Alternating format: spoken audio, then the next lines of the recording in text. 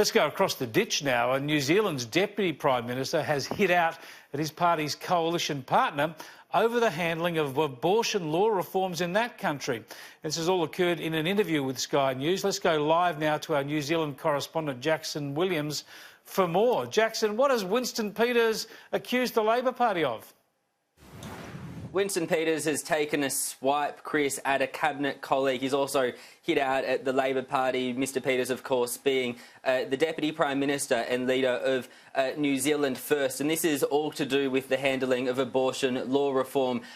We had an announcement by the Justice Minister, Andrew Little, on Monday. One day later, New Zealand First revealed that its preference was for this issue to go to a referendum, and leading up to Monday's announcement, there were lengthy negotiations between the ruling parties in the government, New Zealand First and Labor, around the details of this legislation. But New Zealand First's preference for a referendum did not come up in those negotiations. So there have been claims in recent days that New Zealand First and Winston Peters blindsided Labor with this announcement, but Winston Peters claims that his party has been blindsided by Labor because abortion law reforms were not included in the coalition agreement. We'll listen to some of his interview with Sky News.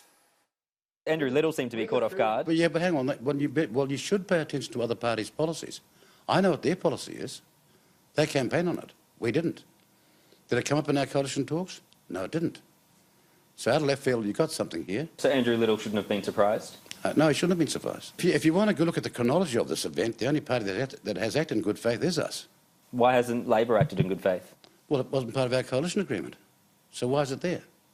The fact that we're prepared to accept that they can put it there is a matter of good faith on our part. If anyone got blindsided, was us. But we didn't get upset and have a hissy fit, as some do in politics. The Prime Minister, Jacinda Ardern, was asked about this interview repeatedly today. She really tried to brush off our answers, trying to play down Winston Peters' criticism of her party. She says this didn't have to be part of the coalition agreement because she claimed repeatedly it's not a government bill, but it actually is a government bill. The parliamentary website even says so. The Justice Minister, Andrew Little, who Winston Peters took a swipe at in the interview a short time ago, responded to Mr Peters' criticism. We'll listen to him. Mr Peters is a veteran politician. He is a master of the art. He's quite capable of making his own judgments. And in the end, we are all subject to the judgment of the voting public. Chris, the legislation is currently having its first reading in the House. It looks set to pass the first reading with the support of New Zealand First, but the party says that its final support for the legislation is contingent on the issue going to a referendum. But this is incredibly messy for the government with this division on show in public, including right here on Sky News. Yeah, Jackson, it's always been a pretty unusual marriage of convenience, this coalition between Labor and New Zealand First, which is really a nationalist, populist, right-of-centre party. Is this the first time there's been a real blow-up, and is there any possibility it could fracture the coalition?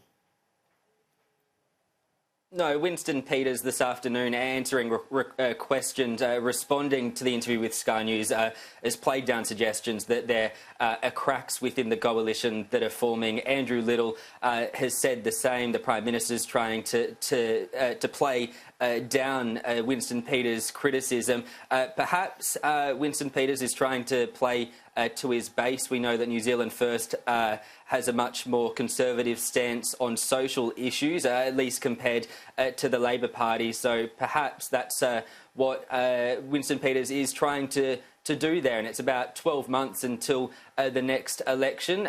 Winston Peters and New Zealand First need to meet the 5% threshold in New Zealand if they want to be able to return, if Winston Peters is to remain the kingmaker as he was at the last election. So perhaps one way of doing that is berating your coalition partner in such a way.